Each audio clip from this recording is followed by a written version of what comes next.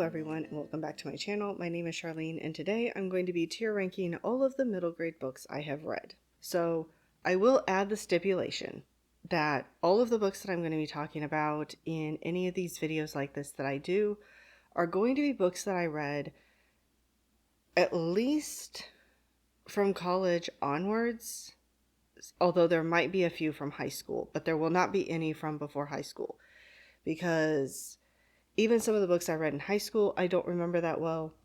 And from before high school, I remember even less. So it doesn't make sense to talk about them and try to rank them if I don't remember anything about them. So I did a tier ranking video in February where I ranked all of the classic novels and novellas that I've read. And I thought about going ahead and doing the rest of the classics. So all of the poems, all of the plays, all the short stories, all of those kinds of things. But then I remembered it's March, and that means middle grade March. So middle grade seemed more appropriate to do this month instead of classics. So we will come back to classics in April, more than likely, but we're going to do middle grade today. So I do have everything set up. I will have the screen up in just a moment, but I also want to note as I go through these, unlike the classics where for the most part, even if it's part of a series, I haven't necessarily read that many books in each series. There are a lot of middle grade series that I have read multiple books in, if not actually finished the series. So even though these are in a random order, as I come across a book that is part of a series, sorry if you can hear the vehicles outside, it's a nice day. I think everyone wants to get out and drive. So even though the books are in a random order, I will try to talk about all of the series together. So when I get to a book that's part of a series, I will go find the rest of the books in that series and tier rank them all together. And as best I can, I will tier rank them in series order. There are one or two series that I may not know the books in their exact order, but I will do my best. Without further ado, let's get started. So I'm going to have to put the mug down because this thing is really heavy. And I'm not going to hold that the entire time I'm doing this. Alright, so to start with, we have Absolutely Normal Chaos by Sharon Creech. I guess before we get started, I should go over what all of the tiers are. So to start with, we have Loved It, which I think is self-explanatory. The next one we have is Heart-Wrenching. So this is just a book that gutted me in some way. Next we have Really Liked It. Then we have Okay/Mixed Bag.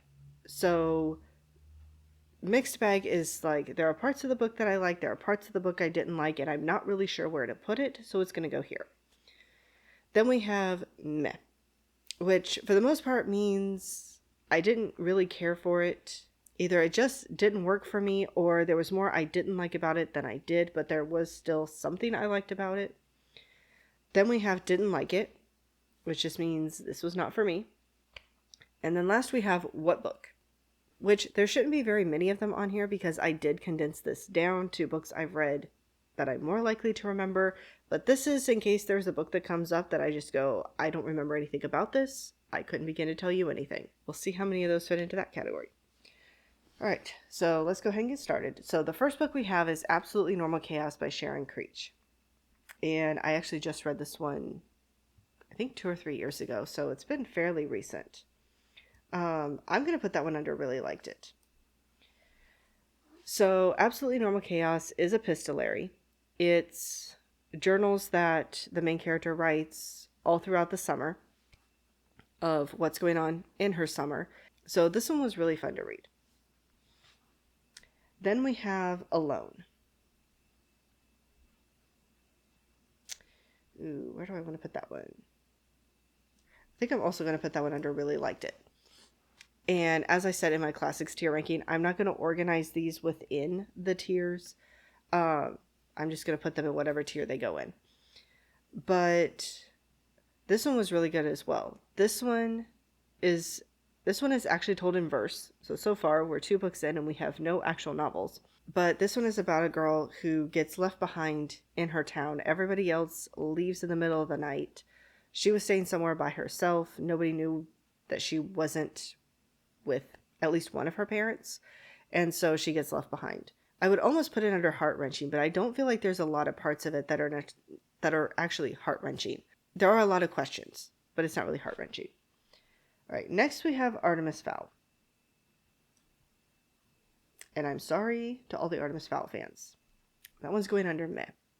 I finished that book and just went, okay, I read it.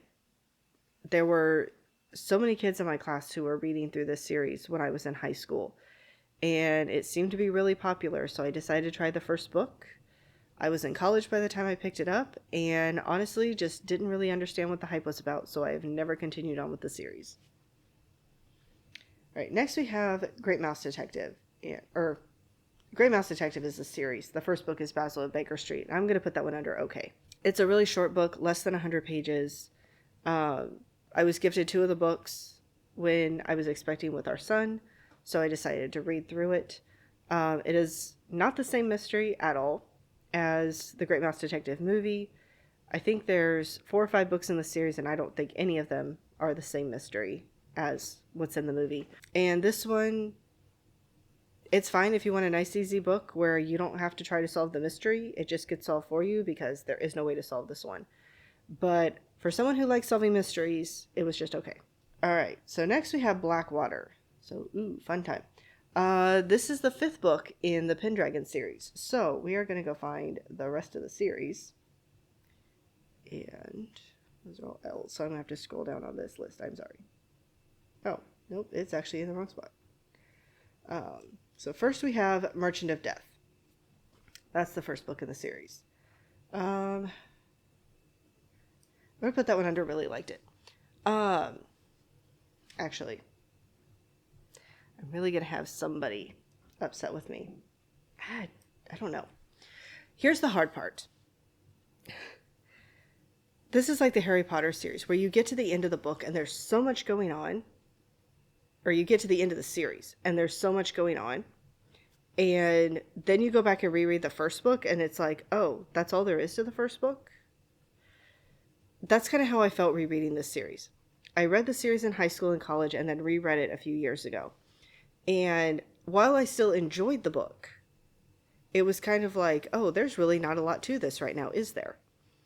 I'm still going to say really liked it. Because it is still a good book. But I kind of forgot that we start with a lot less happening than where we are by the end of the series. All right, then the second book should be right in this area. There it is. So the second book is Lost City of Far, and I'm definitely putting that one under really liked it. Actually, I could almost put that under heart-wrenching. If you've read the book, you know. This one was a lot of fun. This was a lot more fun than I even remembered it being. So I'm definitely putting that one under really liked it. All right, then we have The Never War, so I'm going to have to scroll down for that one. And apparently I'm going to have a hard time finding it. Nope, that's later in the series. This is the hard part when they're all not really in any kind of order. They're mostly in alphabetical order, but not quite. Where did The Never War end up? I can find like every book in this series except the one I'm looking for. And somebody's probably staring right at it, wondering how I don't see it. Oh, now I found it. All the way down at the bottom. Now, is this going to scroll up for me? No. All right, so we're going to pop it in real quick so I can scroll back up. All right, so The Never War. Sadly enough, that one I'm going to go with okay. There were, I don't know. I remember there being more to this book than there was, I think. And then there were a couple of things in the book that I think I was just kind of like, that's convenient. I still enjoyed the book, but it wasn't one that I enjoyed quite as much upon a reread, although there is still a character in there that I really like. All right, then we have The Reality Bug, and I saw that one. Again, I'm just popping it in so I can scroll back up. So The Reality Bug, definitely go in with really liked it. If you've read The Nightmare Virus, and you're like, they're talking about putting these people in this dreamscape, and I have no idea what this is or what it would even look like, read the reality bug. Really, you have to read the first 3 books before you can get to that one, but read the reality bug. I guess I didn't explain. This entire series follows a boy named Bobby Pendragon who finds out that he is a traveler. He is someone who can travel between, we'll just call them worlds. They specify they're not worlds, but we'll call them that for now. They can travel between worlds, and there's 10 different worlds. And so each book has him traveling to different places, and each place is reaching a turning point. And if it goes one direction, there will be peace and prosperity in the world, and if it goes the other direction, it will fall into chaos. The villain in the series wants everything to fall to chaos because then he can basically rebuild out of the chaos and create his own universe. The travelers want everything to go towards peace and prosperity.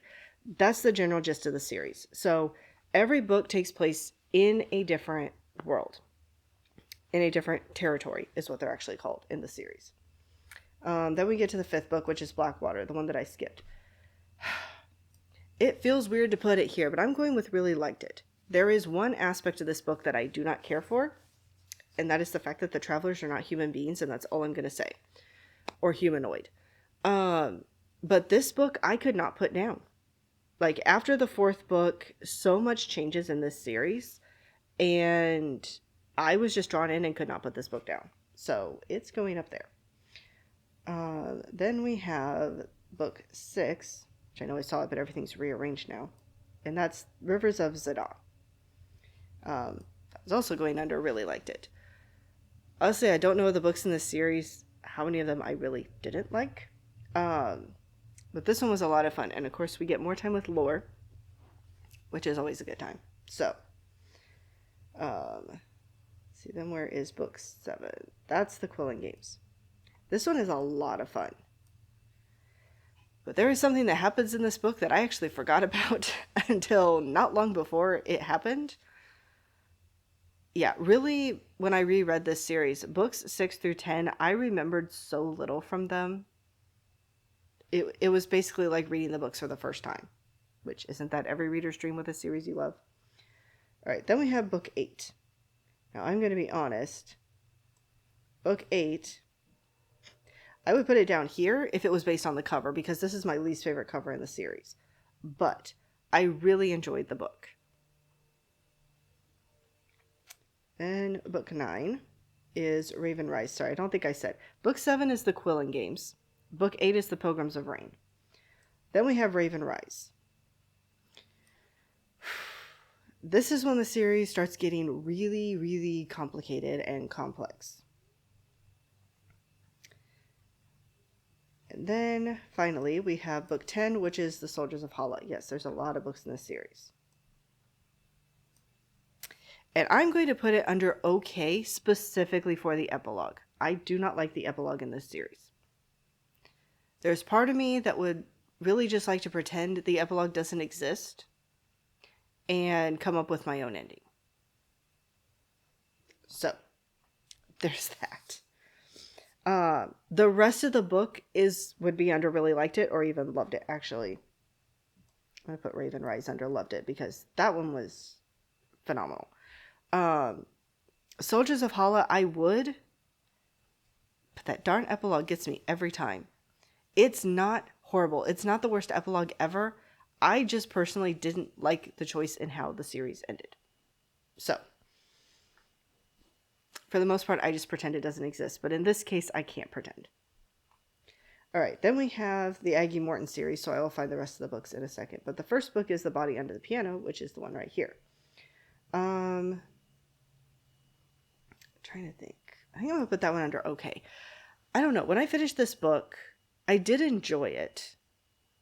But I'd read a similar book around the same time, and I just didn't enjoy it quite as much as that one. So I'm just going to say okay for that one.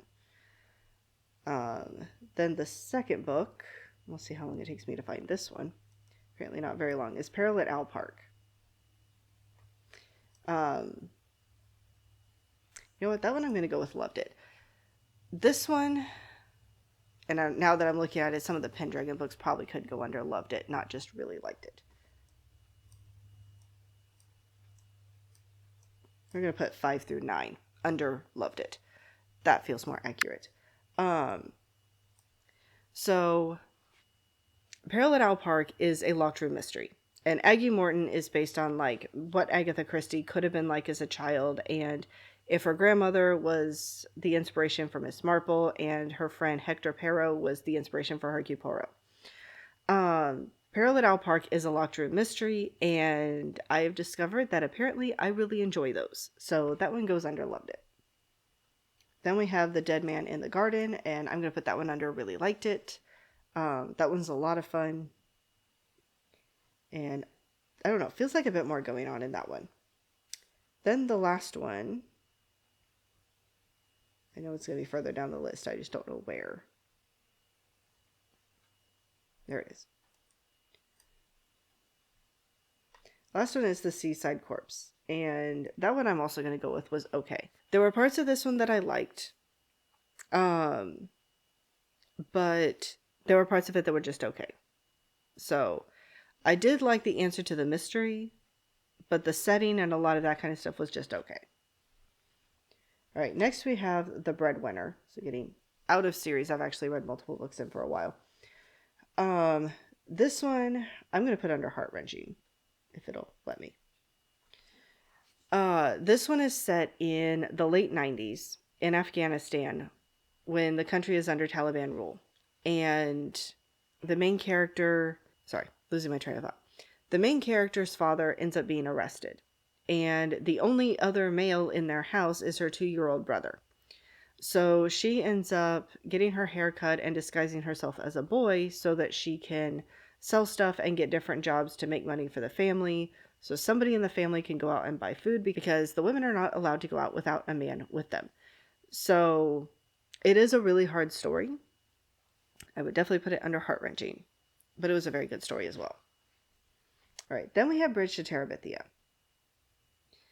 People are probably going to think I'm heartless, but I'm putting this one under okay.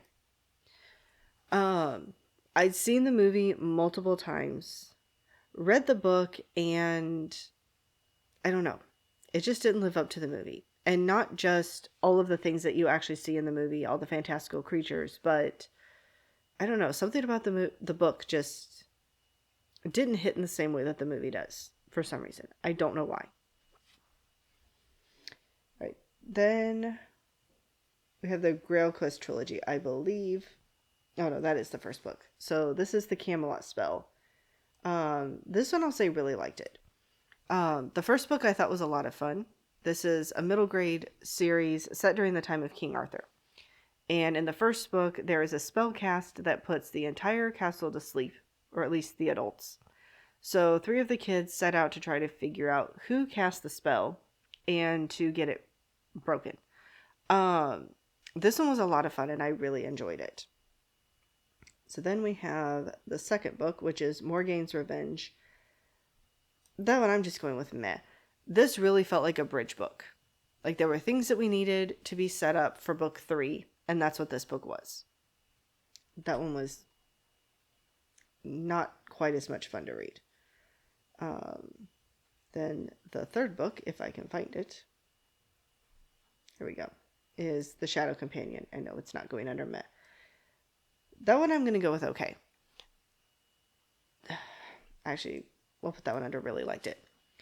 There was a lot more action in this one and a lot more things that I really enjoyed. It felt faster paced, a lot more going on.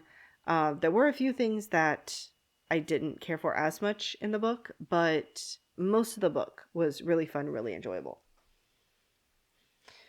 Oh, now we got to another big series because we're at Chamber of Secrets. So, let's go find the Sorcerer's Stone.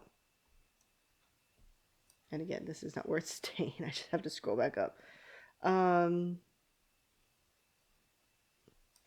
Sorcerer's Stone, I would say really liked it. It is the first book in the series. There's not as much to it as there are in later books, although there are hints to things. But I did really enjoy the book. And I've read through the series a couple times, which is nowhere near as much as other people have. But then we have Chamber of Secrets, and I'm going to kind of go with okay on this one. I don't know, as someone has pointed out, there's a lot of plot conveniences in this book. And it's one of those things that once you see them, you can't unsee them. So there are things I like about the book, but it's definitely not one of my favorites. Okay, now I have to go find Prisoner of Azkaban. There it is. Prisoner of Azkaban, I'm going with loved it because this is one of those books I don't think of as one of my favorites. If you were to ask me my favorite in the series, this one wouldn't normally come to mind, but it's one of the books in the series that whenever I pick it up, I don't want to put it down. I usually end up reading it in a day and I stay up until about 1, 2, 3 o'clock in the morning because I can't put it down. All right, then we have Goblet of Fire, which I know I've been seeing. I just have to figure out where it is now. There it is. This one I have a hard time with. I'm going to put it under really liked it. When I first read the series, this was my favorite book by far. But now knowing what I know in the book, one of the things that I liked about it, I don't like about it as much. Because, reveals at the end of the book. The other thing I really enjoyed about the book was the Triwizard Tournament. There are still aspects of it that I like, but I don't enjoy it quite as much as I used to. It's still a really good book. It's still really interesting, but I don't enjoy it quite as much as I did the first time I read it. Then we have Order of the Phoenix, and that's, whoops, too far. That one's going under loved it. This is the other book in the series that I cannot put down whenever I pick it up. And it feels like the book that I should detest reading the most because we have Umbridge. We have all the educational decrees. We have, I can't remember what the group that Draco's a part of is called. The students who are going around snitching on people, we'll put it that way. Inquisitorial staff. Just all sorts of different stuff happening in this book that I feel like I shouldn't like. Or should make the book less enjoyable. Honestly, now that I'm thinking about it though, I think it's all the politics. Because for some reason, I really enjoy politics in books. So maybe that's why. But yeah, this is a book that I struggle to put down. It was one of my least favorite when I originally read the series, but I love it now. Half-Blood Prince, I'm also putting under loved it, specifically because of all of the backstory we get on Tom Riddle. I love getting backstories, family sagas, all that kind of stuff. So this book is right up my alley. All right, then we have Deathly Hallows. Okay, it was actually already up here. You know what? We're putting that under heart-wrenching. I was debating. I'm not sure I quite like it enough to say loved it. I was debating, but I can definitely put it under heart-wrenching because, yeah, the end of that book hits very hard. All right, next we have The City of Ember. Definitely going with really liked it on that one. When I read this the first time, I had watched the movie and was like, there was so much more to the movie. The movie was so much better. Then went a few years without reading the book or seeing the movie and decided to reread the book without the movie affecting my reading. And I absolutely loved it. Then I went back and watched the movie and went, no, I don't care for the movie so much now.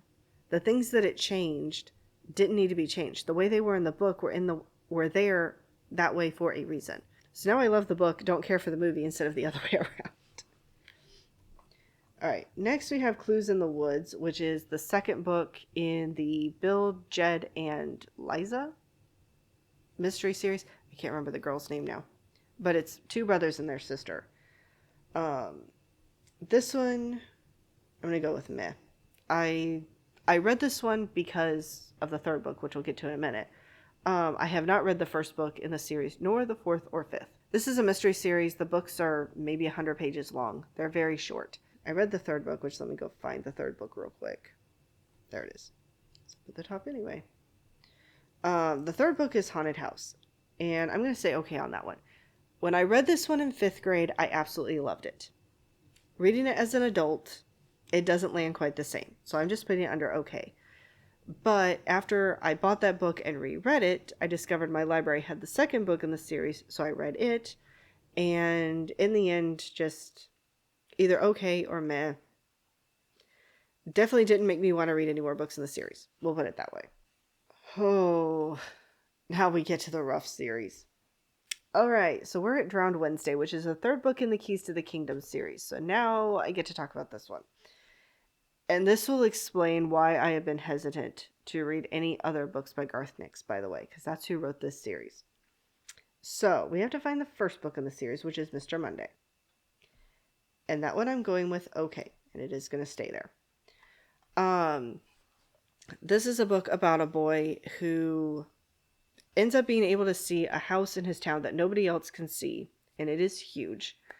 And he goes inside and finds out that there are 7 beings, we'll call them, I don't really want to call them people, who have control of each day of the week.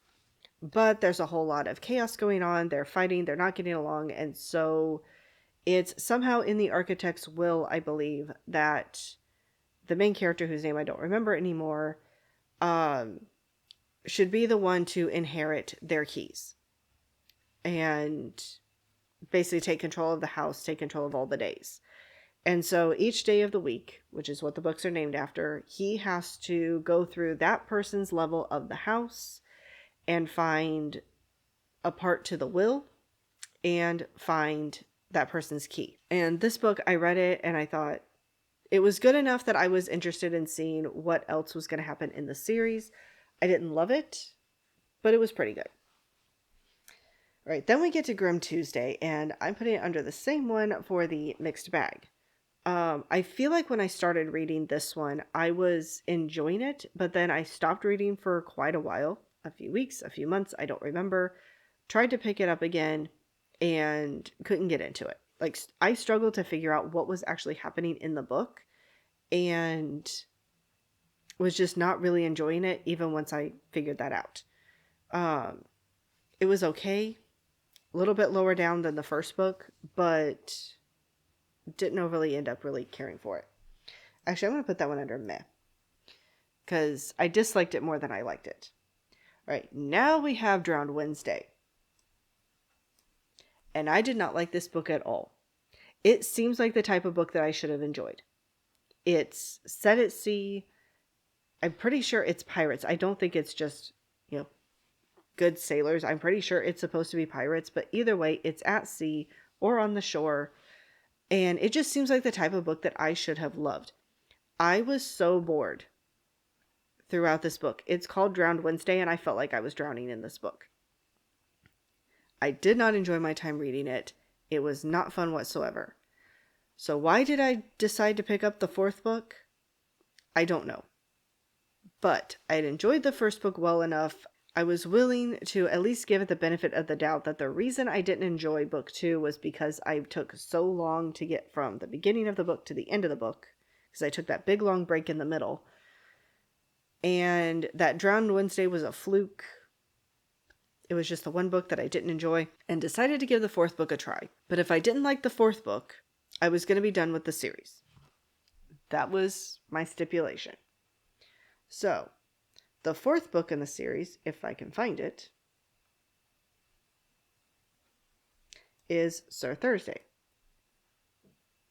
And again, I'm not popping it down there to stay. I just got to scroll back up. That one goes all the way to loved it. This was such a roller coaster of a series. I went from okay to meh to did not like it at all the way to loved it in the 4th book. This is a military-based book. And I don't know what it was. I loved this book. I didn't want it to end. So, needless to say, I continued on with the series. Trying to think of where to put the rest of these. Lady Friday, I think I'm also going to put under loved it. This one I felt like was just a hair below Sir Thursday, but I still really enjoyed it. Then we get to Saturday, which is Superior Saturday.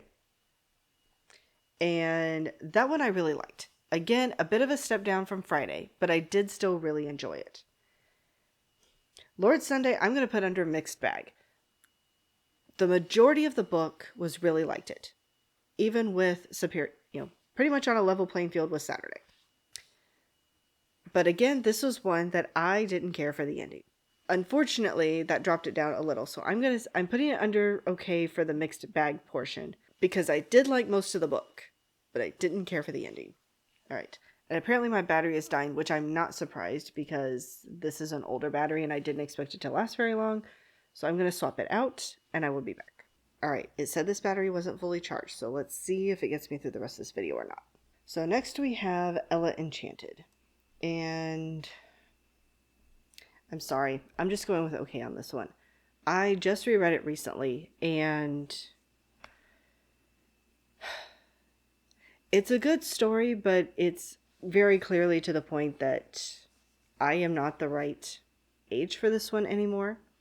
I read it in college, knowing nothing about the story, really enjoyed it. Somehow did not see the twist coming until I was almost at the end. I don't know how. In the end, I felt like it should have been obvious, but somehow I didn't catch that. But rereading it again, it's like, it's cute, it's a fun story. I am clearly not the target audience anymore, though. Alright, then we have Charlotte's Web. And I think I'm going to put it under the same one. There are good parts about the story. There are plenty of times where Wilbur feels just extremely whiny. And some of my opinion of this could be affected by the fact that I tried to do this as a read aloud to my kids, and I don't think they were quite ready for it. So it was a bit of a struggle.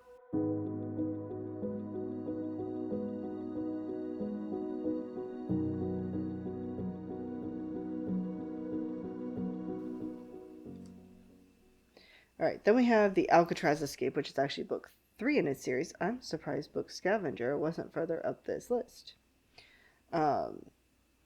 So Book Scavenger is going to go under Loved It, and I'll have to scroll up in a second. So this book was fun even as an adult, but this is definitely the type of book that I wish had existed when I was a kid, because this is 100% up my alley. I loved reading, I loved puzzles, I still do. And I probably would have read this book over and over and over again as a kid if it had existed. All right, so then the second book in the series is The Unbreakable Code. And unfortunately, that one is staying under okay. This was one I didn't enjoy as much because in Book Scavenger, the puzzle the kids are trying to solve is part of a game. It's meant to be solvable, even by kids. The mystery in the second book was a code that had been on this piece of paper for well over 100 years, and no one had been able to crack it. And it wasn't meant to be cracked. It was meant for the person who wrote it. They didn't want anyone else figuring it out. But then somehow the kids are able to come along and solve this code that even expert code breakers or people who do this a lot or do it as a living haven't been able to figure out. So, yeah, unfortunately, it wasn't one that I enjoyed as much because it didn't seem to like the type of puzzle they should be able to solve. Then we have the Alcatraz Escape, and that goes back up to Loved It. This one is an escape room. A bunch of people are, I think they're all part of Book Scavenger, but a bunch of people are able to stay overnight in Alcatraz, because the whole series is set in San Francisco, if you don't know. They're able to stay in Alcatraz overnight, and there's all sorts of puzzles to solve, and the puzzles lead to answers to figure out a mystery. And this one was just a lot of fun. And again, all of the puzzles are solvable. That's the whole point of the game, is that people can solve them. So this one was just a lot of fun. All right, then we have Chasing Redbird by Sharon Creech. And this one I'm going to put under okay. I mean, I read it, I enjoyed it well enough while I was reading it, but it wasn't one that was really going to stick with me. And all I really remember about it at this point is it's about a girl who lives on a farm. And I don't remember, I'm pretty sure she lives there the whole book. She's not just visiting. What happens in the book beyond that, I really don't remember that much anymore. I know there's like one or two things that she's trying to figure out in the book, but yeah, in the end, it just ended up being that memorable. All right, then we have a hard one. D, A Tale of Two Worlds by Michelle Faber, I think is how it's pronounced.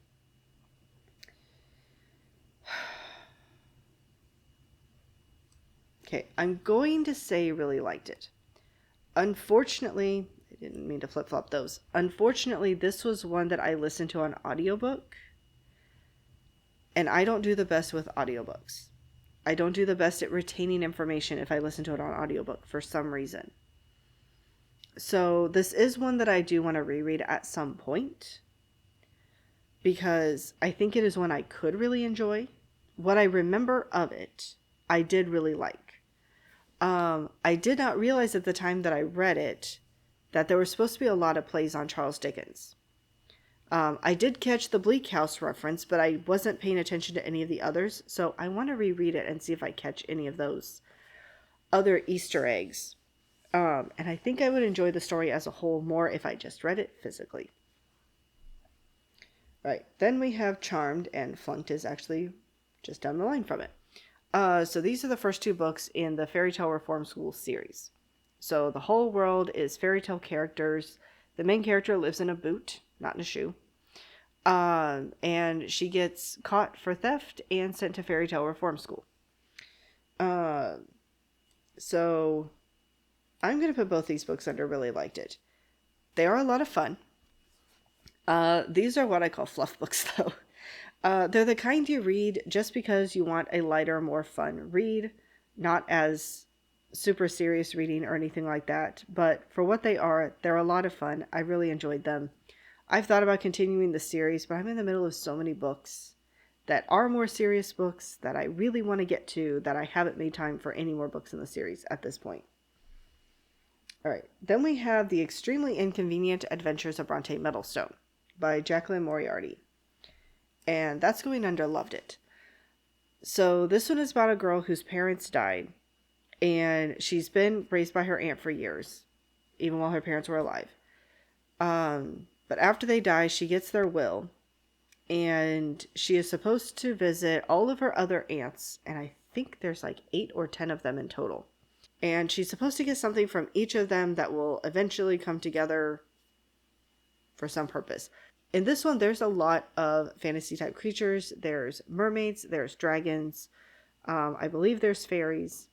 All of her aunts are very different from each other. And so she finds out about a whole bunch of different things from each aunt, and each one has a very different personality. Honestly, this was just a really fun book. All right, then we have Holes by Louis Satcher. That's also going under Loved It. I think most people know what this story is about, but it's about a boy who gets in trouble for stealing a pair of shoes, even though he just found them laying around. And he gets sentenced to Camp Green Lake, where the kids are digging holes to try to find a missing treasure. Again, this one's a lot of fun. I remember more from the movie than from the book at this point because it's been a while since I read the book. But I know the movie followed the book very closely, so I feel like I can still go off of that. There's a lot of good stuff in this book. I do like the dual timelines.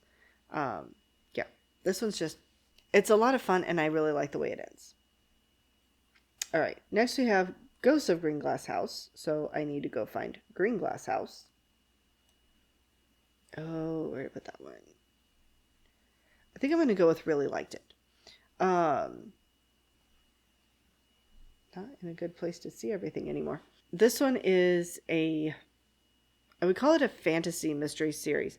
There are some fantastical, supernatural type elements in the book. It seems to be set on Earth, but in a fictional location. And the main character, Milo, lives at an inn with his family. And they have a bunch of people show up to stay at the inn over the Christmas holidays. And then there end up being some strange things going on. So, this one's a lot of fun as well. Then we have Ghosts of Green Glass House, and I'll just put it in the same spot. We have some people from the first book who come back, and some new people as well. And there's a couple more mysteries to solve. So, both of these books were just a lot of fun. Then the other book in the series that I've read is the Raconteur's Commonplace book.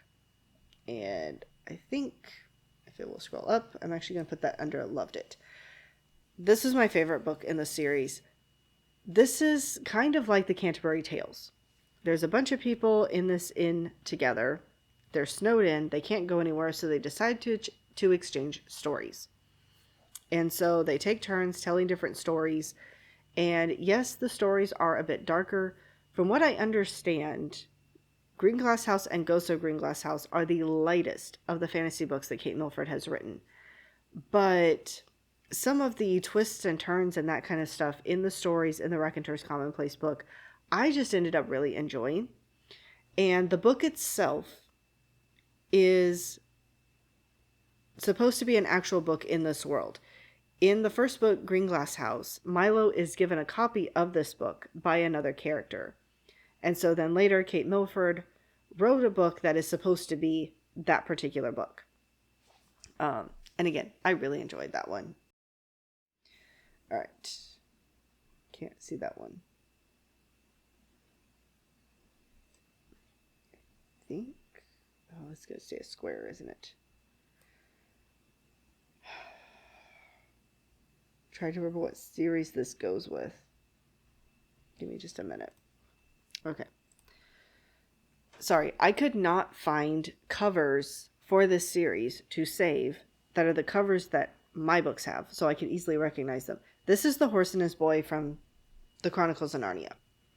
So, it means I need to go find The Lion, the Witch, and the Wardrobe, which should be this one right here. Again, I'm running out of space. So, we're going to put that one under Loved It. This is definitely one of my favorite books in the series, by far. I think most people know what Narnia is about, but if you don't, the first book anyway, in release order, is The Lion, the Witch, and the Wardrobe, and it follows 4 children as they find their way through a wardrobe into a world called Narnia. So, it is very much a portal fantasy, and it's also a Christian allegory. And yes, I really enjoyed the first book. The second book, I saw it, is Prince Caspian. These are such weird covers compared to mine. And I'm sorry, the last time I reread this one, I have to go with it was okay. I just didn't feel like there was a lot that happened. Because it seems to be the stuff we get like at the beginning of the movie, if you've seen the movies instead. Caspian's uncle has a son that is born that is now his heir. Caspian flees. Then the kids come back to Narnia. And then it's a lot of traveling until they find Caspian. And then we have this challenge, and that's kind of end of book. I don't know. It didn't feel like there was a whole lot to this story. I really enjoyed it the first time I read it, but the second time I just didn't feel like there was that much to it. Alright, the third book, still going in release order, if I can find it. Oh, that one. Okay. Again, I'm just trying to get it on the list so I can scroll up. That one definitely goes under Loved It. That is my favorite book in the city. Apparently I can't talk. That is my favorite book in the series. This is The Voyage of the Dawn Treader. I don't know if I said that or not, so I'm saying it again. This one mostly takes place at sea and on various islands, and I absolutely love this book. Alright, then we have The Silver Chair. That one also goes under Loved It. The first time I read this series, this was my favorite book in the series. The second time I read it, Voyage of the Dawn Treader beat it out. But it is still a really good book. This is where I have a hard time. I'm pretty sure The Horse and His Boy is the next one in the series. And that one I am going to leave under. Really liked it. I did really enjoy the book. It's not one of my top favorites in the series, but I do really enjoy it. Then the next one would be The Magician's Nephew. I'm pretty sure that is not it. Apparently it is. Okay. That would be why I can't find it. Alright, then we have Magician's Nephew, which chronologically is the first book. And that one I'm also putting under Really Liked It. That one's a really fun book. Now, I know there's a lot of debate. Should you read them in release order or should you read them in chronological order? I'm going to be the one that's going to make both sides angry and say I don't think it matters, except my recommendation is you read The Lion, the Witch, and the Wardrobe first. Because there are things referenced in The Magician's Nephew that tie into The Lion, the Witch, and the Wardrobe. And having read the books in both orders, I feel like you get more of a payoff for reading The Lion, the Witch, and the Wardrobe first, and then reading The Magician's Nephew than reading them the other way around. That's my personal opinion. All right, then the last book is The Last Battle. And I'm sorry. I'm just going with that one's okay. This one, the whole series is a Christian allegory, but The Last Battle feels just a little too much on the nose with Revelation, and I just have a hard time reading this one. I do like the ending of the book, but the rest of the book leading up to it, I don't enjoy quite as much. The first time I read this book, I actually got to different parts of the book and was like, it feels like this story is about to wrap up. How do I still have 200 pages left? It feels like the story's about to wrap up. How do I still have 150 pages left? So, I don't know. This one just does not land for me for some reason. Actually, really gonna make people mad. I'm gonna put it under a meh because it really doesn't. Maybe I'm just not reading it correctly, but it just doesn't. All right, then we have Premeditated Myrtle, which means I need to, that one's How to Get Away with Myrtle. I need to find Premeditated Myrtle. All right. That one's Going Under Loved It. I really enjoy the Myrtle Hardcastle series. And I could actually, the second book I think I'm going to put under really liked it. I did still really enjoy it, but I didn't like it quite as much as the first book. But the first book I really enjoyed. I do still very much enjoy the series. And definitely want to continue. But I don't know. I feel like the first one was just a little bit better. All right, then we have the Emerald Atlas. And I'm going to say really liked it. Probably the only thing I didn't care for in this book is the fact that it's very low stakes. Anytime anyone is in danger, it is very clear that they are going to survive. Other than that, it was a really fun book. This one's kind of a combination of fantasy and sci-fi because there's a book the kids come across that ends up transporting them somewhere, but where it transports them is about 10 years in the past. So it's a little bit of fantasy and a little bit of sci-fi with the time travel. But the world they're in, there's also dwarves and different things like that. So, and I'm pretty sure they're supposed to be in our world. But there's still dwarves and stuff that they come across. And like fantasy type dwarves that they come across. All right, then we have How to Train Your Dragon. I'm just going to say that one was okay. I don't know any other way to explain it other than this book feels like it's just a book written for young boys. Most of the characters are boys, and some of the jokes and stuff just feels like it's more for young boys.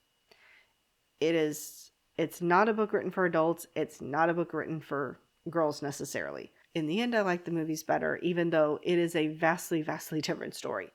The two do not have the same story at all. All right, next we have Lone Wolf by Reka Clausen. And I think I'm going to put this one under really liked it.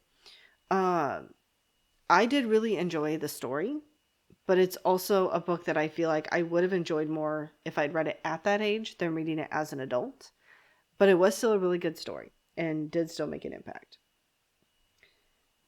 All right, now we're getting into Percy Jackson. So this tier is getting really hard to work with. Let's see if I get rid of this. There, that gives me a little bit more space. All right. I believe this one is The Lightning Thief. This one I really liked. I'm going to have a hard time with the rest of the series, just FYI. But The Lightning Thief I did really enjoy. And I can pretty much say the same for Sea of Monsters if I can find it, because that's the second book. Really enjoyed the first two books of the series. The series as a whole is a lot of fun. Unfortunately, it's also very formulaic. So, where is Titan's Curse? Should be this one. This one was my favorite book in the series. That's all I remember at this point. I don't remember a whole lot about it as far as the actual details, but I do know it was my favorite one when I read it. Battle of the Labyrinth I also really enjoyed. Last Olympian, I'm just going to say, actually, I'm going to say what book. I don't remember The Last Olympian at all. I don't remember tons about the other books, but I don't remember The Last Olympian at all. And then The Lost Hero, I'm going to say okay. I almost want something between really liked it and okay at this point, but I don't know. It was good, but in some ways I enjoyed it more because there was more to the books than the original Percy Jackson books. But at the same time, it's still following the same formula. And so I'm going to put the Sun and Neptune in the same place. There's more going on, it's more interesting, but it's still just that same formula, and it makes it, unfortunately, very forgettable. All right, then we have Matilda. And I'm sorry, I really wish I could make this bigger, but I don't know how to make it like full screen. So Matilda, I'm going to say really liked. I read this book originally in middle school. I don't actually know for sure if I've read it as an adult, but I still remember the story really well, so I still left it on the list.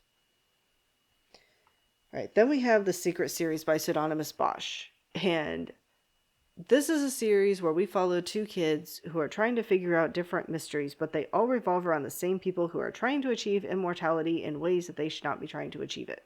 They really shouldn't be trying to achieve it at all. So I think I'm pretty much just going to put every book under really liked it. So we have the name of this book is Secret. Oh, what's the name of that one? Like I can almost see it. If you're reading this, it's too late. Is the second book. Okay, I don't remember which is the third and which is the fourth. So we have This Book Is Not What It Looks Like. Or This Book Is Not Good For You, excuse me. Then we have This Is Not What It Looks Like. Then we have the last one, which is You Have to Stop This. Sorry, it's been a while since I read the series. And I'm just going to put them all into the same one. The fifth one is the one that I remember the best because I went quite a few years between reading the fourth and the fifth book, and the other four I read fairly close together, but I did really enjoy the whole series. Okay, now we're to the Arthur trilogy by Kevin Crossley Holland, which again takes place... Actually, this one doesn't take place during the time of King Arthur. We do have Arthur characters, specifically Merlin, and then the main character is named Arthur. But it actually... Just a second. Ooh. But it actually takes place at the beginning of the reign of King John. So, like, closer to the time of Robin Hood than King Arthur. So the first book in the series is The Seeing Stone. And I really liked that one. The books are written in a style that reminds me that Arthur is basically writing a journal. It doesn't actually say it that way, but that's just how it reads. The chapters are very short, and it's like he just found a scrap of parchment and was like, let me write down what happened today or a couple days ago. And then, puts it away somewhere. That's kind of how they read, but I really enjoyed the first book. The second book is At the Crossing Places, which I'm actually going to put under Loved It. I don't know why. This book was just a lot of fun. Like, I don't know what made it so much different from the first book, but I really enjoyed that one. And then we have King in the Middlemarch, which I'm going to put under okay. Only because this one was following the Crusades and kind of made me come to the realization that I didn't care about the Crusade part. I liked all the stuff that was happening in England. I don't know if I'm just not interested in the Crusades at all, or I just wasn't in this particular series, but that one was okay. Now we have one that hurts. So we have The Lost Years, or what was originally titled The Lost Years of Merlin. And I'm putting that under okay, which hurts because when I read this in either middle or high school, I absolutely loved this book. And I assumed when I reread it that I would love it again. And I did not. I managed to get through the book, but it was just okay. Then we have The Seven Songs of Merlin, which I read in high school, but did not reread, at least as of yet. That one I did not end up caring for at all. And so I've been very hesitant to try to reread it, since I didn't care for The Lost Years as much as I originally did when I reread it. Right, then and this is, I think you can guess by the fact that Merlin's in the title, this is following, Merlin is the main character in this series. It is following him, so it does take place during the time of King Arthur. All right, then we have From the Mixed Up Files of Mrs. Basil E. Frankweiler. This one I'm going with, it was okay. The biggest thing is that it's called From the Mixed Up Files of Mrs. Basil E. Frankweiler, and we don't meet her until very late in the book. But this is a children's book. I know it's less than 200 pages. It might be less than 100. It's a really easy, quick read, but in the end, for me, again, I'm not the target audience. It was just okay. All right, then we have The Glasstone Game by Catherine M. Valenti, and I'm putting that under really liked it. The main characters in this book are the Bronte siblings, so Charlotte, Branwell, Emily, and Anne. And in real life, they made up Glasstown. They would write stories about the soldiers, these 10 soldiers that they had, and write about their adventures and all this kind of stuff. And in this book, end up discovering that Glasstown is real, and they end up traveling there. And the book was a lot of fun. There are a lot of puns in this book, which is not always my favorite thing. Another one of I would have enjoyed this more as a kid than as an adult, as far as that goes. But I really like the way the story played out, and I really like the ending. The biggest thing is this book was middle grade. It was not at all predictable, though. All right, then we have Flora and Ulysses by Kate DiCamillo. Like, I know the author's name, I can't think of it. And I guess I'll put it under okay. It was fun. If I remember correctly, Flora is the girl and Ulysses is a squirrel. And the girl ends up befriending the squirrel. I don't remember, there's a lot I don't remember about the story, but at the time that I read it, it's like, it was good, it was fun, but unfortunately not overly memorable. All right, then we had Book Wanderers. And I'm sorry, that one's going under meh. I was having issues with this book because I'm like, it's kind of fun, but for some reason I'm just not drawn into it. I couldn't figure out why. And it eventually dawned on me that I was well past the halfway point in the book, and we had no goal. There was nothing the character was working towards. The character was just learning, how does book wandering work? And it's literally about 2/3 to 3/4 of the way through the book before a goal of any kind actually shows up. So I think that's why I had such an issue with this book, but it just did not land for me. All right, then we have Escape from Mr. Limoncello's Library, which is going to go all the way up to loved it. Not heart-wrenching. Loved it. This is an escape room in a big, fancy library. There's all sorts of puzzles for the kids to solve. Unfortunately, the reader can't solve most of them. But it was a lot of fun to read, and one of probably the only books that I finished reading and almost wanted to pick it back up and read again, which never happens for me. All right. Then we have The Giver Quartet, or at least the first 3 books, because I haven't read the 4th book yet.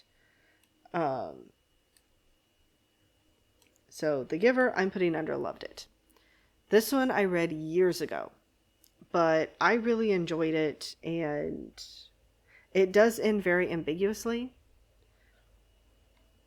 but it was a really, really good story.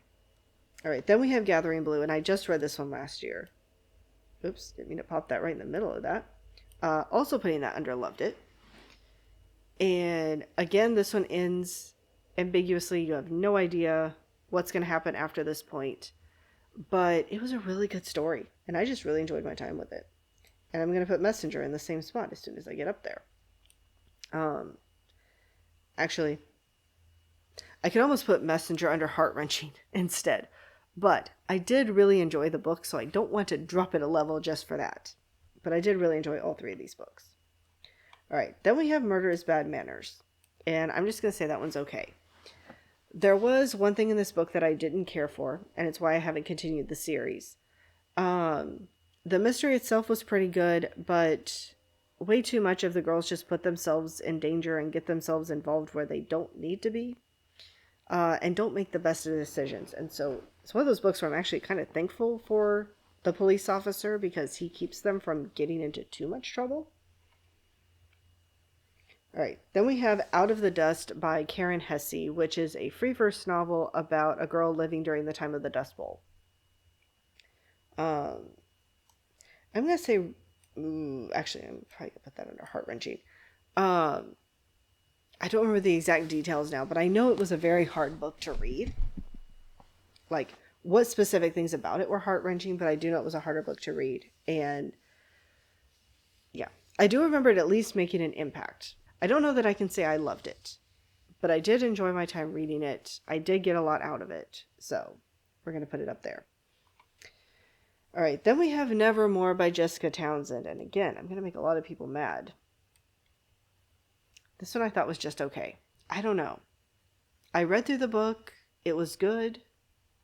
I didn't love it. I didn't feel compelled to continue the series. I don't have a good reason why. It just... I mean, there's a lot of other books like this that I really enjoyed. That one just did not for some reason. Right, then we have The Mona Lisa Vanishes, which is the only nonfiction on this list, but it is a middle grade nonfiction. And that one's also going under loved it. Gosh, where to even start with this one? There is so much information in this book. So much research that Nicholas Day clearly did. And it covers everything from Leonardo da Vinci's birth to, like, probably information from like the 1940s, 1950s, even though the heist he's covering happened, I believe, in the 19-teens or 1920s. Just a lot of information on the Mona Lisa itself, on Da Vinci because he's the painter, on the model of the Mona Lisa, on art heist, all different kinds of stuff. All right, then we have Redwall by Brian Jacques, and that's going under really liked it. I did not read this book until I was an adult, but I did think it was a really fun story. I'm not overly drawn to continue the series, but I did really enjoy this first book.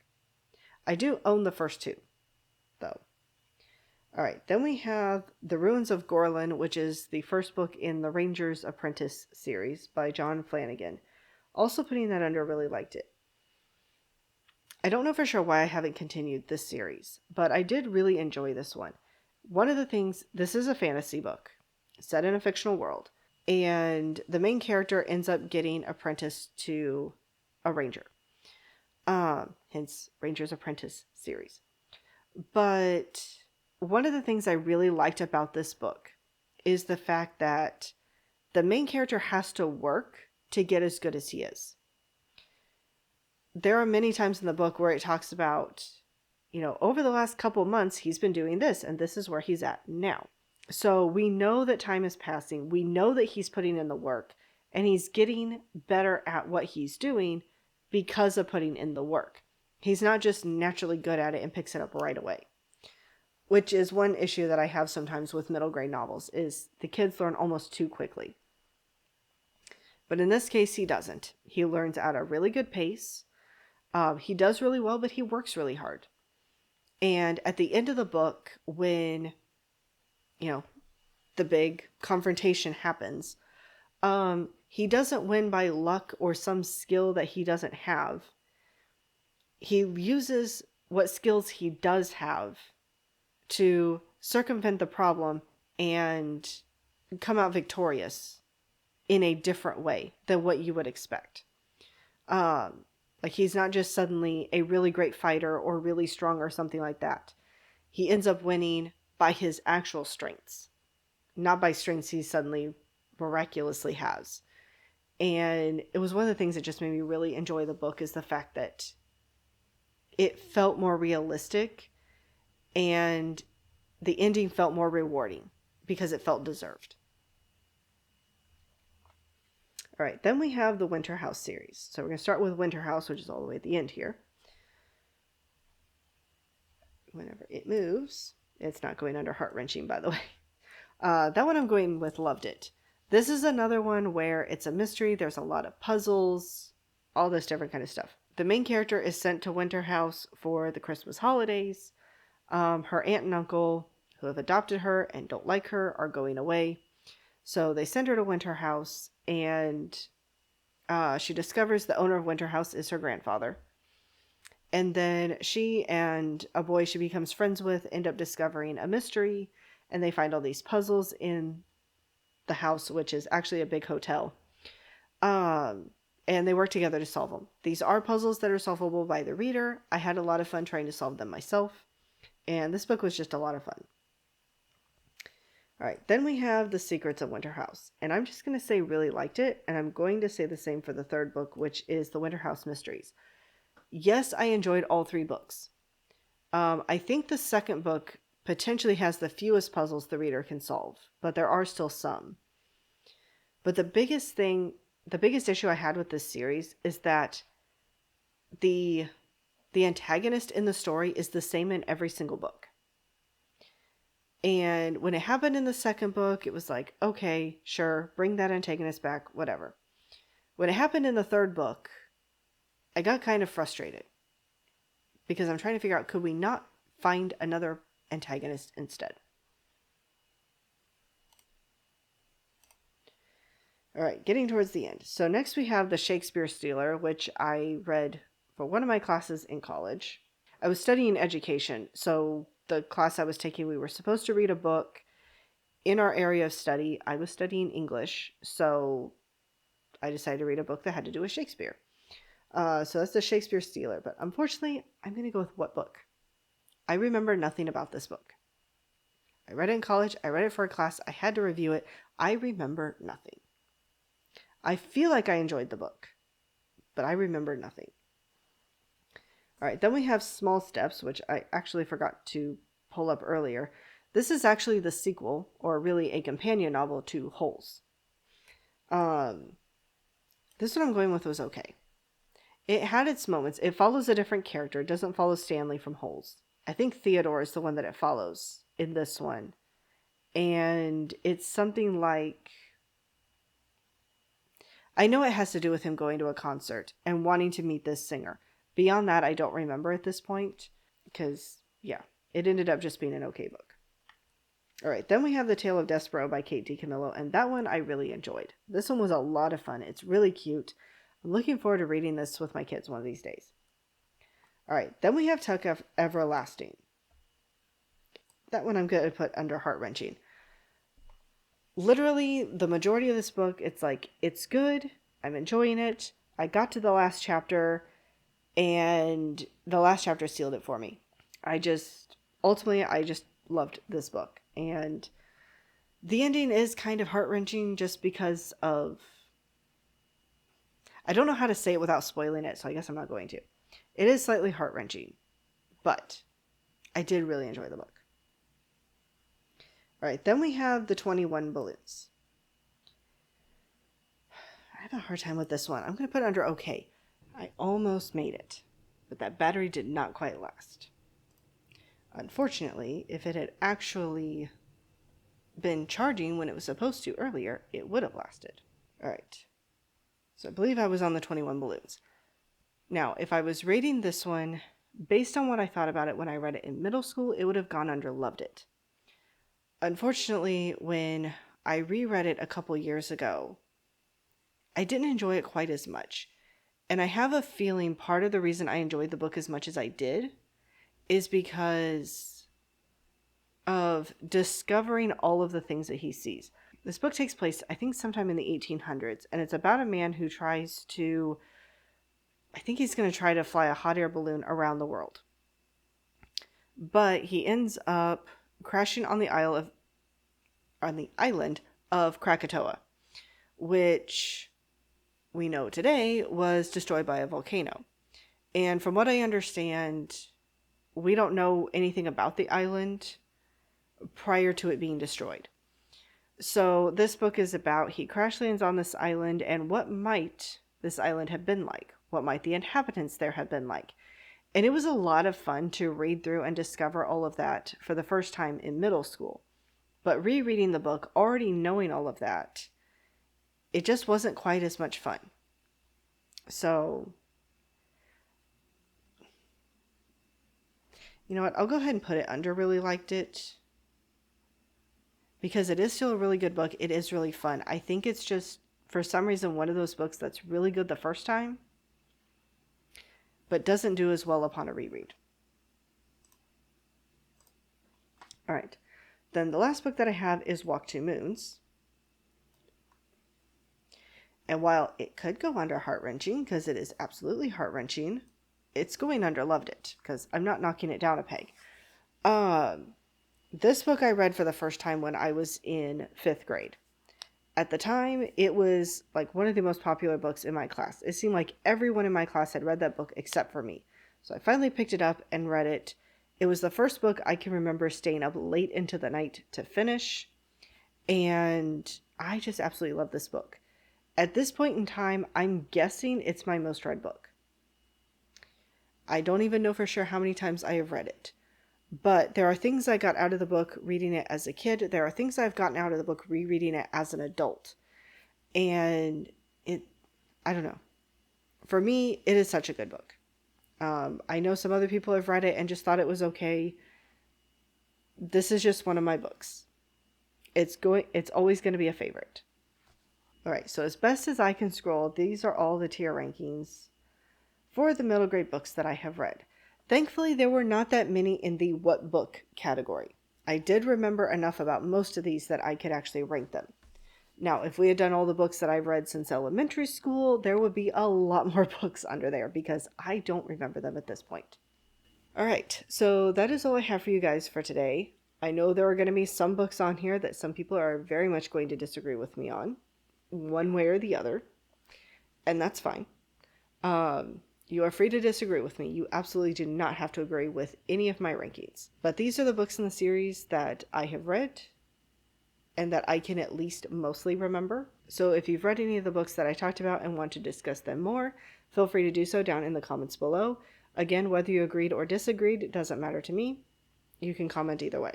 And if there is a specific genre that you would like me to prioritize with these tier rankings, let me know that in the comments below as well. Like I said, I'm thinking about doing the other part of the classics in April, so all of the short stories, poems, plays, etc. But if there's anything in particular you would like to see after that, let me know that as well. And other than that, I hope you're having a wonderful day, and I'll see you later.